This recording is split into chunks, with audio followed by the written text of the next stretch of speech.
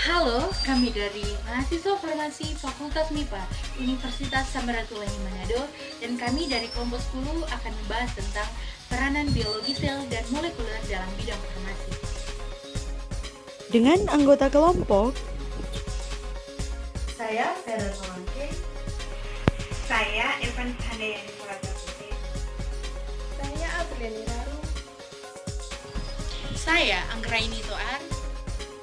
Nah teman-teman, dalam bidang farmasi ataupun kesehatan, pada umumnya bioteknologi merupakan salah satu bidang yang masih terus berkembang. Bioteknologi menjadi salah satu alternatif yang baru yang disukai untuk penemuan obat baru, pengobatan penyakit, dan peningkatan produksi bahan baku dan bahan aktif. Nah, di negara maju seperti Amerika, perkembangan bioteknologi dalam pengobatan sudah diatur dalam Pharmacope.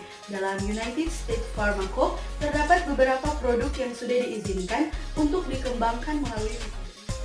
Di antaranya, ekstraksi dari sumber alam, modifikasi protein alam, kultur sel mamalia in vitro, kultur sel in vivo, produksi oleh mikroba, dan sintesis kimia.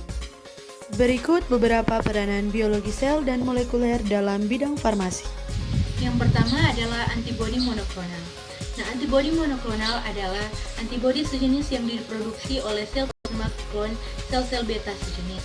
Antibodi ini dibuat oleh sel-sel hibroma atau hasil fusi dua sel yang berbeda, penghasil sel beta limpa dan sel myeloma yang dikultur. Bertindak sebagai antigen yang akan menghasilkan antibodi adalah limpa. Fungsi antara lain diagnosis penyakit dan kehamilan. Yang kedua, terapi gen. Terapi gen adalah pengobatan penyakit atau kelainan genetik dengan menyisipkan gen normal. Yang ketiga, antibiotik. Antibiotik dipelopori oleh Alexander Fleming dengan penemuan penisilin dari Penicillium notatum. Penicillium chrysogenum memperbaiki penisilin yang sudah ada, dilakukan dengan mutasi secara iradiasi ultraviolet dan sinar X. Cephalosporium, penicillin N, Cephalosporium, Cephalosporin C, Streptomyces, Streptomycin untuk pengobatan TBC. Yang keempat adalah interferon. Interferon adalah antibodi terhadap virus yang dibuat secara alami hanya di dalam tubuh manusia.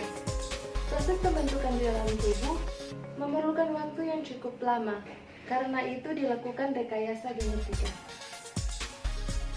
Yang kelima adalah vaksin. Contohnya adalah vaksin hepatitis B dan malaria.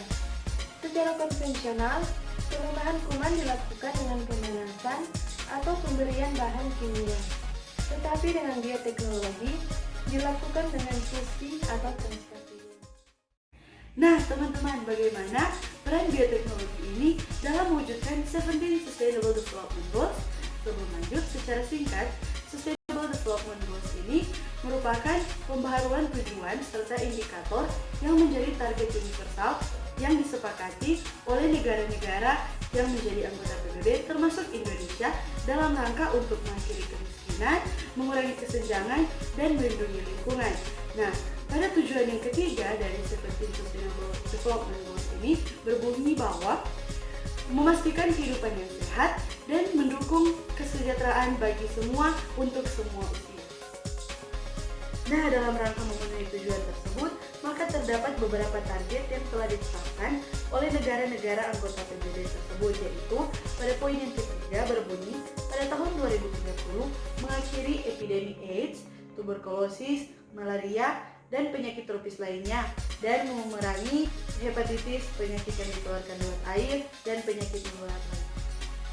Kemudian pada poin yang ke-8 juga berbunyi mencapai cakupan layanan kesehatan universal termasuk lingkungan risiko finansial, akses terhadap layanan kesehatan dasar yang berkualitas, dan akses terhadap obat-obatan dan vaksin yang aman, efektif, berkualitas, dan terjangkau bagi semua.